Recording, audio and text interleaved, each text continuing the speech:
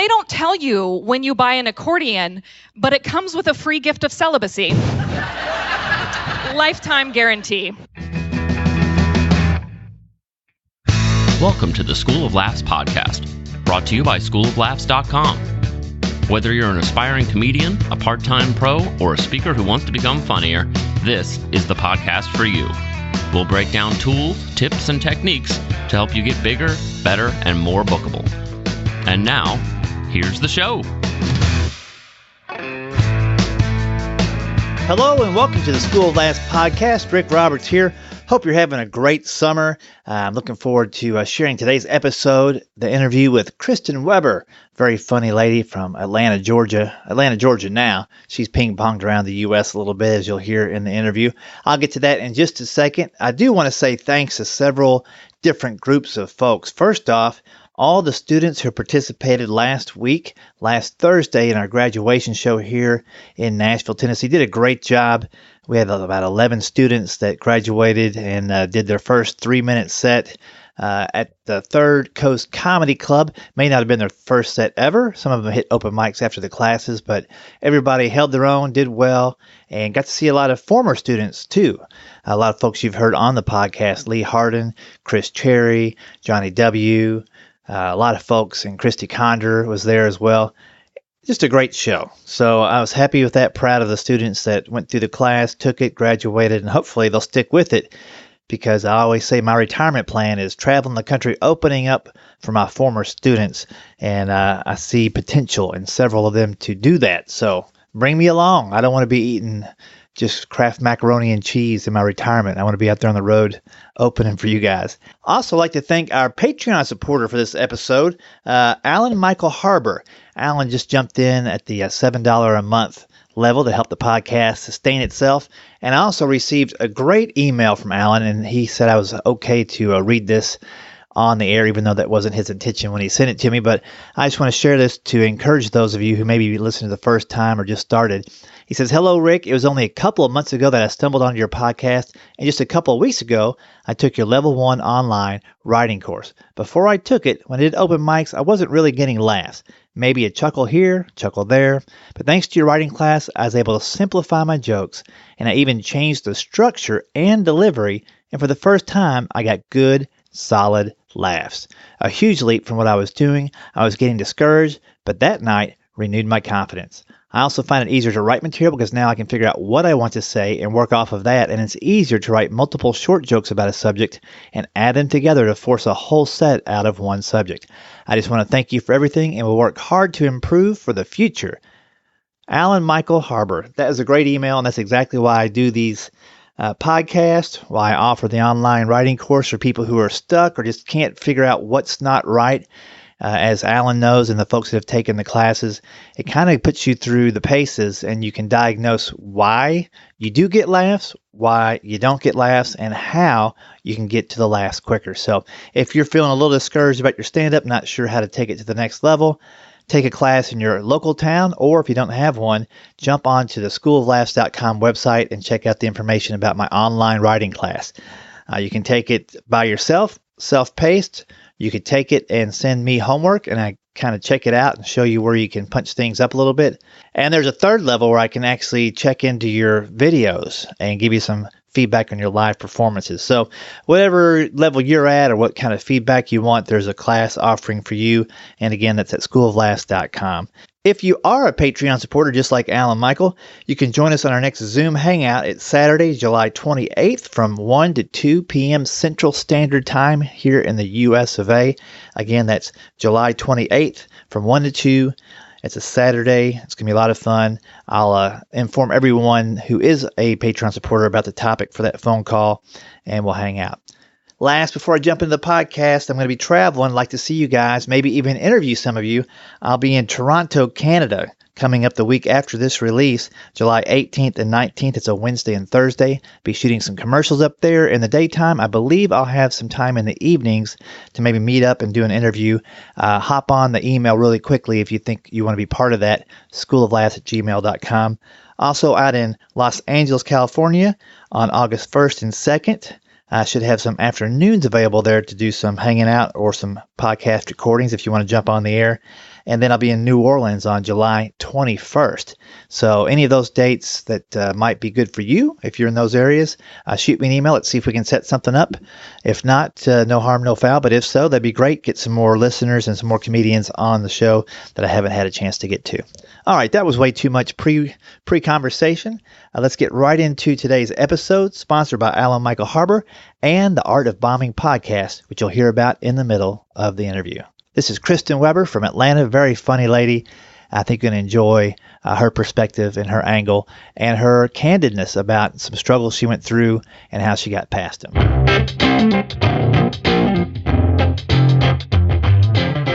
Well, I am here with KRISTIN Weber. How is it going, ma'am? It is going well. How are you? I'm doing good. It's a sunny day finally after 5 days of rain. Oh, nice. It's been the same in Atlanta. I drove up this morning to Nashville, so... Nashville traffic is nothing compared to Atlanta, right? Nothing, People keep saying it's getting close. It's not even close. Atlanta is a paradox because they don't believe in parking, but then the highway is a parking lot. So that's where they do all of it. Yeah, everything happens on the highway. Kind of adjusting to life in the South. Yeah, you came last from Colorado? Colorado, yeah, big change. Colorado Springs is where I was, and it's like living in a postcard. I have a good friend that runs a church down in Colorado Springs. A lot of people run churches in Colorado, and a lot of nonprofits. It's a mecca. Is it really? We pray in the direction of focus on the family. How long did you live there? 2 years. Okay, and what was the comedy scene like around the Denver area?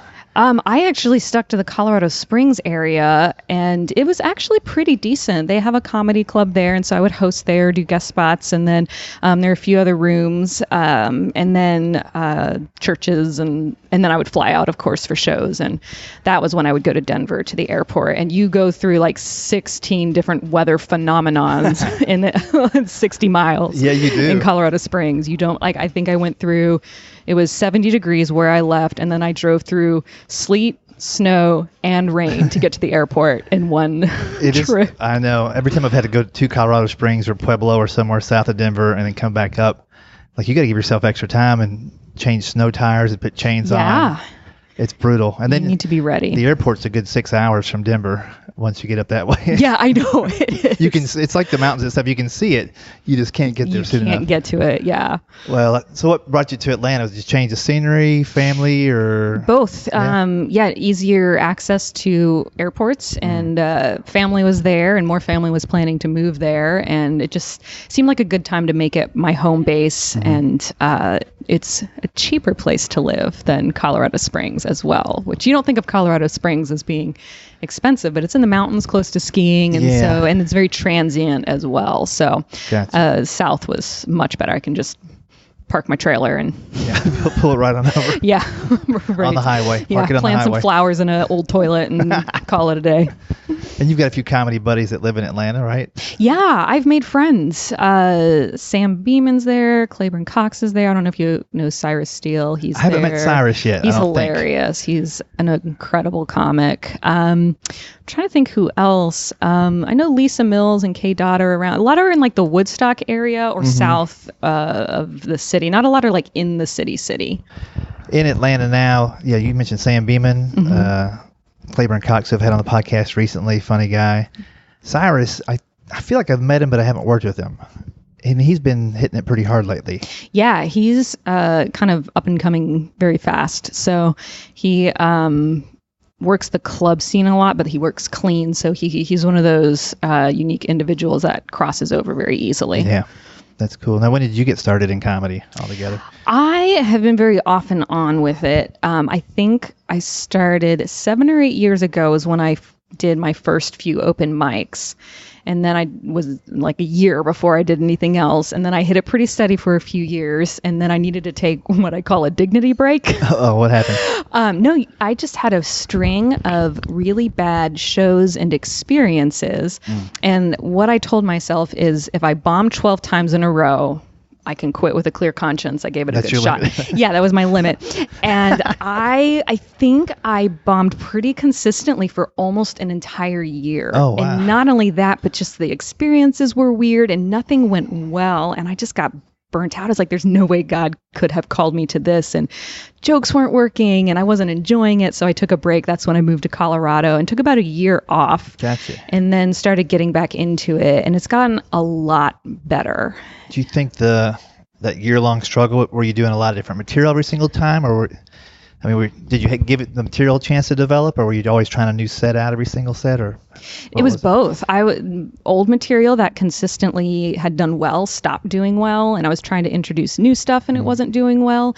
And the strange thing is now I'm doing a lot of the same material, and it is going well. So I don't know, something's changed about my performance, and I wish I had filmed more of my sets then. I hate watching myself on camera. It's absolute torture, but it's the best way to grow. It is tough.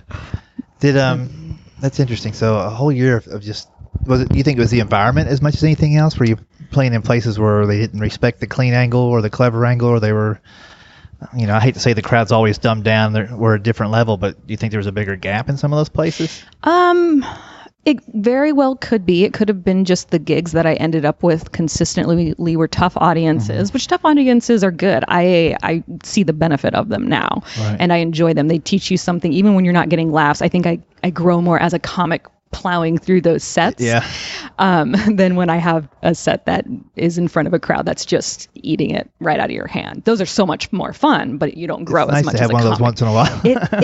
It is. But I think also part of it was, and I have a joke about it in my act about, I don't like being in front of people. Like I'm still scared of being in front of an audience, which is different than a lot of comics who eat that up. Like they live for those 60 minutes at the end of the day where they get to go do their set. And I live for those 60 minutes to see if my material works. I don't enjoy being in front of people. I don't enjoy attention on myself. Like my biggest fear, ironically, is if I'm in a crowd in a comedy show, is being called out. I hate that. I just want to sit in the back and be totally anonymous. And then when you're on the stage, you can't be anonymous, so you have to be on. So I'm classic stand-up comic introvert, but then I'm also an introvert who's scared of being in front of people. How do you mentally prepare for each show when you know that you're up there to present the material? You feel like you're like the conduit to the material, and you don't want to be the focus. You want the material to be the focus, it sounds like. Yeah. So how do you get in the frame of mind where, it's like getting ready for a prize fight or something. You got like getting that Rocky music in the background or something. It's like going to a very humorous octagon. I focus on the angle of, I've been given a gift, the ability to look at the world and see it in a humorous light. And it's a gift that I know blesses people because I know it's blessed me during tough times of my life. I always go to comedy. That's my go-to. So I know I have the opportunity to do that for somebody else. And so I try to remove myself from the equation. And I think that's what's changed from when I did comedy when I was in my 20s, because I'm in my 30s now. And I don't care what anybody says, getting older is amazing. Like the alternative is going back to our middle school years, which I'm like, I will take adult diapers and walkers over that any day. But when you're in your 20s, there's a lot of pressure on you to kind of figure things out. Everybody's giving you advice. And then when you hit 30, people assume you've peaked and they leave you alone. So then you can just do your thing. So there's no pressure on me. They're like, well, she's probably gone as far as she can go. And then I can just do my thing and surprise everybody. That's pretty funny. It's true in a lot of ways, though, because you start taking the pressure off yourself a little bit, because there's a bigger picture than just you having a killer show. That means a lot for 1 hour to some people. The rest of the globe has no idea it even happened. Yeah. But when you are past that point and you're looking at using the hour or 30 minutes or whatever it is to serve others, then I would assume you look forward to it a little bit more, knowing that I'm not just hogging this gift, I'm sharing it. Yes, and I look forward to, because I enjoy people and I enjoy their stories and I enjoy connecting with them. So what I found that blesses me through comedy is hearing where people connect with the act. And it's interesting because I talk about being homeschooled. I talk about getting older, being single in the church, and I'm a very content single. And I have a line in my act that it's somebody gave me the advice. They were like, just find someone who makes you happy. And the joke is, well, I'm already happy. Can't I just marry someone who will make me rich?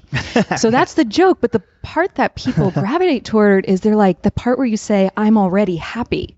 That I've gotten so many comments on that part of the setup, and it's kind of created dialogue almost with these strangers who connect, and they're like, oh yeah, it's okay to be happy even though we don't meet society's like timeline for our life.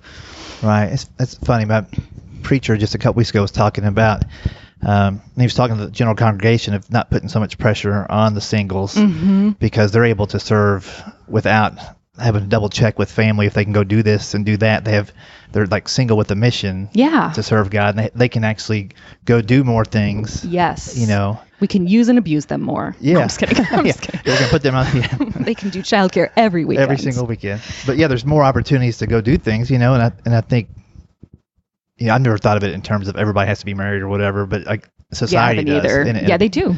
And so they're always like, what's wrong with that guy? Or what's wrong with that gal? They don't know what Sunday school class to put us in. Yeah. Is what it is. Yeah, that's true. Like, they don't know where to put us. Can't call it a matchmaking class, but you know. Because I call it the life progression Sunday school, where you start off in college and then you go to young singles and careers, then newly married, then parents, and then like harvesters and whatever you call it. And if you miss your bus, you got to walk. Yeah, you're in the advanced stages of youth. That's what's going on right there. Exactly. No, well, I joke that because I've heard many sermons where they talk about marriage being like God's main way of sanctifying you. And I'm like, I guess I'm already sanctified. Yeah. Because he already thinks I'm perfect if I don't need a spouse. That's right. One day if I do get married, I will come back and I will eat that joke. You'll hear a lot about that joke. It'll keep coming around. Are you happy now? Right. So I recently moved to the South. I now live in Atlanta, Georgia. Yeah, we have some Southerners. It's great to be here with all y'all. Did I say that right? Atlantans. But it always takes a little while to feel settled in a new area when you move. But I'm gradually starting to feel like an actual Southerner. Like I paid my taxes in Georgia this year. I planted flowers in some old tires. I joined eHarmony and got matched with my brother.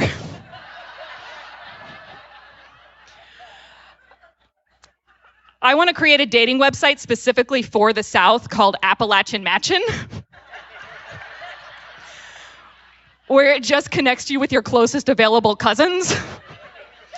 I was going to call it 12fingerchildren.com, but that didn't test as well. Going to jump in here just for a second and give you a little update on our sponsors. We've got a new sponsor for the show. It's the Art of Bombing podcast. Here's a little information about them, and you can click through in the show notes to go right to it and subscribe to their podcast. I think you'll dig it. Calling all comedians and fans of comedy. Join me, Dan Bublitz Jr., every Tuesday for the Art of Bombing podcast, as I talk with comedians of all levels about their worst shows and what can be learned from them. Learning lessons not only to become better comedians, but better people. The Art of Bombing takes an in-depth look at bombing on stage to turn failure into success. Available on iTunes, Stitcher, or wherever you listen to podcasts. Subscribe today. That's great. So, you mentioned you do churches. Do you do? Well, I know you blogs. I've read a couple of your blogs, and it looks like you've done some of the women's retreats and conferences. Are you? I mean, I know as comics we kind of take all kinds of gigs. Yeah. Anything that's incoming, we usually say yes to it. But is there something that your heart speaks to the most? Like if I could spend all my time doing this type of event, that's where I would be. Or are you still open to? You know what? I have learned to like a lot of different events and appreciate them for what they are, which is not something that I used to be able to say. I used to be very pigeonholed in my mind as to what I wanted to do. Women's events have grown on me a lot. I didn't used to enjoy those because I didn't feel like I identified with Christian women on a whole. I'm not a froofy, fluffy, Pinteresty person. I'm not super touchy-feely. So I didn't always identify with how women's ministries went. But I've learned to love that crowd, and I found there's a lot of women who are not like that. And by doing comedy for those, I get to speak to those women too, in a way that sometimes women's events miss. And then I love doing youth. I love the middle and high school crowd. And it's actually, well, I do more speaking. I've done straight up comedy for both middle and high school. Middle school, never again. they do not get straight up one-liners at that age. And then high school is hit or miss. They're very invested. They don't always laugh, but they react big. So that's kind of fun. But I enjoy speaking to both of those. And I'm on the camp circuit this summer, so I'll be speaking at a bunch of different middle and high school camps. That's great. And I'm so excited about it. I think that's where a huge need is for the comedic speaker / comedian. And to me, it's terrifying. Like that age group, even though I've got a kid in middle school, and he's got a pretty good sense of humor, but I couldn't imagine standing in front of a room full or auditorium full. So my hat's off to you. That's awesome. Yeah. What do you have a specific message to them that they bring you in to deliver? Don't be stupid. No, that's not it. I do tell them that. I do several different ones because when you go to these camps, sometimes they bring you in for one night or something, but these ones I'm there the whole week. So I have different messages for each day and, of course, different stories and stuff to kind of go with them. And you have to kind of understand who you're speaking to, and you have to keep it light and entertaining so that the message will be received, which is where the comedy comes in. And I was such an awkward kid, awkward middle school, I think I'm still kind of awkward. Like, you don't grow out of it sometimes. So it's fun for me to speak to that and be like, it gets better. I promise. You either change or you stop caring. So one or the other. Apathy will take over. Apathy is way underrated. Like, we need more of it. And then you bust out the accordion and show them, hey, some things never change. Exactly. Yeah, exactly. Like, this is what you play if you want to have no friends. That's funny. I want to talk about the accordion a little bit. Sure. Worked with Judy Tenuta once, but other than that, I've never worked with anybody. Well, no, I worked with Weird Al 3 times. So. Oh, that's awesome. He's my accordion idol. He's pretty phenomenal, isn't he? He's an incredible entertainer. For people that don't understand the accordion, what he does with it, what you do with it, obviously, and singing on top of all that, it's like carrying around a piano and singing, right? Yeah, you have a piano strapped to you, basically. And I call it a modern day chastity belt. So it's, and you'll hear it on Sunday at the showcase, but I make jokes about, it's the reason I'm still single, comes with the gift of celibacy. It's just a awkward instrument. And nobody plays it outside of Eastern Europe or people who immigrated from Eastern Europe. Outside of Oktoberfest, there's not a lot going on. October. I went to the National Accordion Association convention, which, yes, is a thing. And Christopher Guest needs to make one of those mockumentaries about it. This is how young I was compared to the next youngest person. They thought I was in high school. That's how young I looked to these people. Oh, wow. For like that, you have to be really old to think someone in their late 20s at the time looks like they're in high school. That is too crazy. And did you pick that up early in life, playing the accordion? No, I didn't. I have only played it, I think, like 6 years. I was doing a sketch show in California when I lived there, and I wanted a character that I was working on to play it. And so I went on Craigslist, and getting my first accordion went down like a drug deal. Already on Craigslist. Yeah, I was on Craigslist, and I got it from this Armenian man in Glendale, California, and he was like, pull into this back alley and I will be out. Like, it was literally this unmarked building. He came out. I gave him a wad of cash. He put an accordion in my car, and I drove away. I was like, I probably should have checked the mercillage to make sure I didn't just like start some kind of illicit drug deal. That is hilarious. I should probably check the inside of it and make sure it's still not smuggling. It could be like a mule of some sort. Yeah, exactly. So did you play piano before? I did. I've been a pianist for many years since I was a very small child. Okay. So how was that transition to, I guess, because I don't play accordion, the right hand is like the high notes and the left hand's the buttons, right? Yeah, that's right. You got it. The chords over here. You'd be a prodigy. Just imagine playing the right hand being like a sideways piano. Okay. And then the left hand is the buttons, only you can't see them at all, and they're not marked. And there's a lot of them. There's a lot of them. I can't remember how many.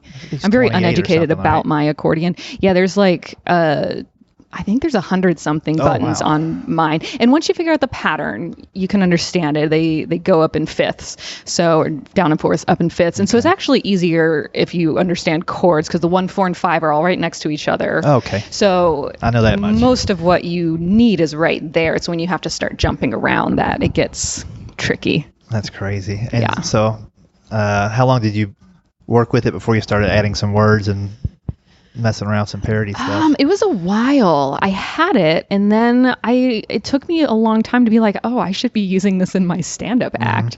And then whenever I had a song I wanted to parody, I had to learn it on the accordion, which took a long time, but it actually helped me learn the accordion. So it was a few years, and then I would start off with like one song, and then I was hauling the accordion all over for one song. Yeah. And so I was like, I should probably start adding More stuff to this. So it's gradually building. It takes me a while to kind of latch on to a song or parody that I'm happy with enough to put it in front of a crowd. But they're tricky. Parodies, I'm not a great singer whatsoever, so I always have to find the song that has the 2-note range. Right. And then Footloose. it's like, and then I'm I've got 6 of these in a row. Like, Yeah. I remember my son, when he was like 6, he goes, all your songs sound the same. I'm like, yeah, they do. He's like, why is that? I'm like, I can only sing like 3 notes. Do you do original songs as well? I only do original songs. You only really. do original songs. If I Okay. do a parody thing, it'll just be like a quick one-off, like 10-second. Yeah. Like I'll do the riff and say a joke and move on. Right. So it's tricky, and but I always found that the trick with parodies was by the time I could put one together, the song wasn't in the top 10 anymore or whatever. That's exactly the problem I'm having right now. Yeah, so like finding an angle to where you just do, these are the songs I grew up with, and you do parodies of them, and that's what makes it work. Right. You know.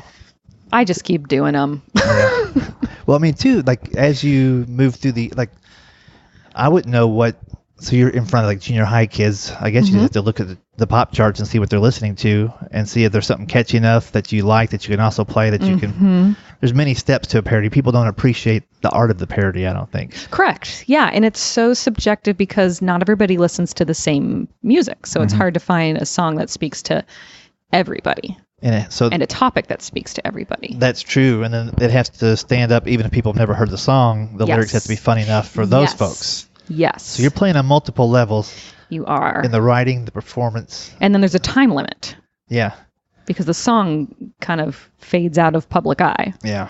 That's tricky. And then if you go to put it on a CD, there's rights issues you have to acquire, at least get the paperwork done. And then it just seems like there's so many levels. That's probably why it's hard work. That's why I don't do it. Yeah. Same. Are there other... do you play any other instruments beside the piano and the ukulele a little bit? And so I've used that quite a bit in my act with original songs. I don't do parodies on that one, but I've done a couple of original songs on that one. That's and one is easier still to travel with. Much easier to travel with. And it's like a little backpack. So I look like a total nerd walking through the airport and it's amazing.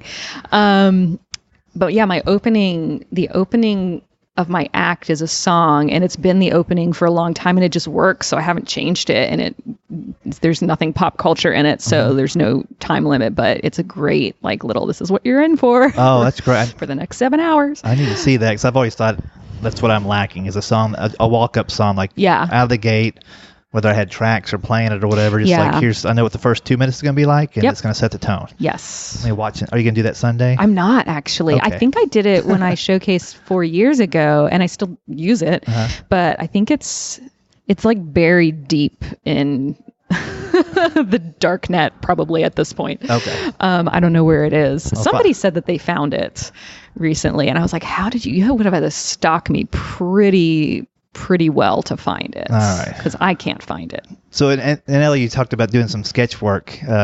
What group was that with, or what process or theater or workshop? What kind? I took classes at Groundlings. Oh, excellent. And then I took classes and became a company member at Acme Comedy Theater that's out there. And so I did improv. I'm terrible at improv. I have a theory about people who are good at improv versus good at stand-up. So people who are really, really good at improv are super type A, anal in everyday life, whereas improv requires the opposite side of your brain. So it's their chance to free up everything and they can just kind of let loose. Whereas comedians, our lives are disorganized, chaotic, don't look in my car. It's, oh, I know. Like archaeologists, they talk about stratigraphic layers. They're like, you can see what culture did. You could look in the back of my car and be like, she ate Chick-fil-A 14 times that week. Right. That week she couldn't pick what shoes to wear, so she brought all of them. You can just see the dilemmas I had in life based on my car. But so comedians are super like all over the place. So stand-up comedy is very well-honed, detail-oriented craft. So we switch to our type A. So my theory is, and I'm sure there's people who break my theory to shreds, but my theory is it's the opposite of how you are in everyday life. That's what you gravitate towards. So I was terrible at improv, but I ended up actually being better at stand-up because I could write it, I could memorize it, I kind of could analyze it. And No, I think there's something to that, because I've done both, and I think, I don't know, now that I'm more, not 100% stand-up and no improv these days, I look back at the improv days, and it was fun to discover stuff on stage. Sure. And it almost wasn't impossible to repeat it, but you felt like it was cheating if you repeated anything ever again. Whereas stand-up, you got to repeat it so many times to get it just right. Yep. I mean, rarely do you get never do you get the entire joke the first time out. You might get a part of it, maybe 2 parts of it, a couple taglines, but you don't have the whole thing for 6, 8, 10 months sometimes. It just depends on how much you work it over. So, yeah, a good part of my brain would rather do improv so I can just show up and... Oh, I know. But there's not a lot in the brain to use anymore. I think I'd be dusted pretty quick by somebody who's on their toes. I just got too nervous, not knowing what was going to happen. It just made me really anxious before improv shows. And I finally got to the point where I was like, this isn't worth it. This is supposed to be fun and not cause night terrors. Oh, I've had a few friends here in Nashville. They thought they would love the improv classes and stuff and workshops, and they went there and they're like, it's terrifying. You're supposed to be in the moment, but if you jump into the wrong part of the moment, they yell at you. Yes, exactly. They're like, there are no rules, but here are the rules. Yeah, it's got to be organic. All right, but or if you say the word rots, no in an improv class, the shame. Oh, you it's can't horrible. say no. It's the worst, man. Yeah.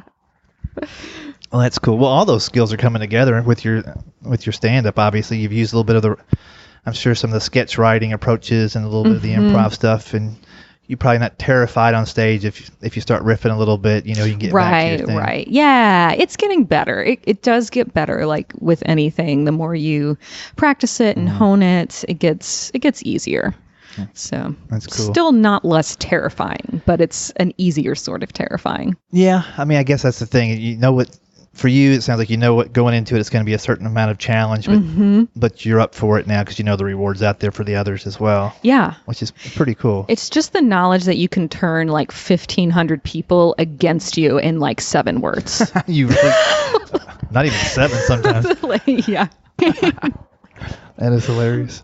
Yeah. Well, what are some things you're looking forward to on the horizon here? You got some gigs coming up you're preparing for. I mean, the camp stuff sounds like it's going to take a lot of your summer up. Yeah. The summer which are typically slow is I'm home 10 days out of June and July. Oh, good for you. So I'm looking forward to speaking to the middle schoolers and the high schoolers, and it's fun because when you're there the whole week, you get to hang out with them and get to know them, and that's what I enjoy. Yeah, do that. Well, lining. I'm always picked last for the teams, but yes, I'll cheer for them. And then I'm looking forward to when it's all done, because I have a lot of work this summer, and it's just go, go, go. I'm going to go to Costa Rica and watch the humpback whales migrate back up to their home. So I'm going to look forward to that. And my mom's convinced, because I scuba dive, and my mom, I shouldn't have told her I was doing this because I'm going by myself. And she was like, I just know you're going to get lost on a dive and you're going to get sucked out into the ocean. I was like, Mom, stop it. Because I have this theory that when moms kind of say something's going to happen, it eventually does happen. So I'm like, stop. Don't say anymore, because if you keep saying it, you're a mom. You have this weird, powerful thing to make it happen. Yeah, it's some kind of gravity magnet to of doom. But I was like, they don't just drop you into the middle of the Caribbean Sea. Or good luck. Here's a compass. That's hilarious. Don't get eaten by a whale. That is funny. Well, that's gonna be exciting. Yeah. Hopefully you'll have some energy after the camps to pull all that stuff off. I know. Yeah, I mean, you might need a week or two just to go. Yeah, I think Man, how about probably. that? You'll probably get acne just from hanging out with those kids. Probably. A little bit. It's funny because the girl, I don't know about the boys, like locker room, whatever, but the girls always smells like a Bath and Body Works display or like a Target. It's just like so much like cheap, flowery, like sweet pea and violet smell. You're like, guys, you don't need that much. Right. I bet it is, especially at that age. They're still trying to figure out what they're supposed to be doing. Oh my goodness. They're like, this is my scent. I was like, that should be an illegal substance right there. It is making me lightheaded. Well, good luck with that. It's going to be pretty cool. Yeah, it'll be neat. I always like to end the podcast. Sometimes I forget to ask, but you've been at comedy on and off, but for a while now, 7 years or so. What piece of advice would you give to somebody who's listening today? It might just be starting, maybe not even haven't done an open mic yet. They're on their way there this week. Or is there something looking back you go, this is a piece of advice that would be helpful that I wish somebody would have told me? Gosh, it's funny because people ask you that every now and then, the advice. And what I noticed when I was asking for advice is people would give, because everybody wants formulas and everybody wants this like path, the easiest path. I mean, honestly, a lot of times I think there's one path. There's right. Nobody exactly. has nobody does. And so that's exactly what would happen is I would listen and they were like, this is how you do it. Open mics, this and this. That's not how it worked for me. They're like, I was in Starbucks and said something funny on my phone and there happened to be a club manager there and he was like, hey, come do some time. And then I like got a regular spot they're like, and then they tell you how like the same cut and paste story, but then that's not how it worked for them. So I would say just start, like you got to make yourself do it. And comedy so much is figuring it out along the way. I guess maybe try to be the least funny person in any room. Not like don't set achievable goals. Yeah, set achievable goals, but try to surround yourself by really funny people, if that makes sense. Yeah. Like when I produce shows, I always make sure I'm the least funny person on the bill because I want to have something to work up to and to aspire to. So I don't know, just surround yourself as much as you can. Watch good comedy, hang out with funny people, learn from them, steal their jokes. Yeah. Why on the gig? No, I'm just kidding. Right before they go up. Right. No, I think that's good because there's, I think, a portion of every comedian out there that is they always want to be the funniest person on the show. Yeah. But if you're always booking people that are not the level you're at, then you're never going to get anywhere. Right. And then when you're thrown into a situation where it's a showcase or something where it's a festival and you're up against high caliber comics, it's going to rear its ugly head pretty quickly that you haven't been going iron sharpens iron type. Sure. You're going to be, whoa, I don't belong here. Yeah. I think it's I'm going to leave it there. That's a great piece of advice. Cool. Well, thanks, KRISTIN, for hanging out today. Appreciate it. Thanks for having me on. Hope you enjoyed that interview with KRISTIN Weber. Very funny lady based in Atlanta, Georgia now. Hope you enjoyed the comedy samples we sprinkled in there. And you go check her out. She's a great blogger as well as a great comedian, great speaker. You can find her online at KRISTIN Weber Online. It's KRISTIN, KRISTIN, Weber with 1B, WEBER, online.com. Love the fact that she shared that she had struggles and she stepped away for a while to kind of get a clear head, get a refocus of why she's on stage, and came back stronger and better and now enjoying her show and enjoying sharing it with those, even though she finds stepping on stage itself a little terrifying. Pretty interesting and just a great, funny lady. So check her out again, KRISTINWeberOnline.com. Follow her on Facebook, Twitter. Those are all available right there on our website in the top right corner, YouTube as well. So you can see what she's up to, where she's going, and maybe catch a show of hers. Hey, thanks again to the Art of Bombing podcast and to Alan Michael Harbor for supporting the show through sponsorships. And don't forget, if you're out there in New Orleans, I'll be there July 21st. Shoot me an email. If you're in Los Angeles, August 1st and 2nd, I'll be out there. And then Toronto, Canada, coming up really soon, July 18th and 19th. I'd love to connect with some listeners and some comedians and get to hang out a little bit. And if you are a Patreon supporter, again, Saturday, July 28th from 1 to 2 Central Standard Time here in the U.S., we'll have our Zoom hangout where we can go in depth, dive deep, definitely dive in depth, deeply into whatever topics are on your mind, and we'll take care of those. That's happening on July 28th. All right, you guys stay safe, stay funny, and stay cool out there. Thanks for listening to the School of Laughs podcast. If you'd like to hear more School of Laughs podcasts, you can find them on iTunes and Stitcher.com. don't forget to subscribe and leave a review. For information on upcoming live and online classes, visit schooloflaughs.com. Until next time, stay tuned, stay focused, and stay funny.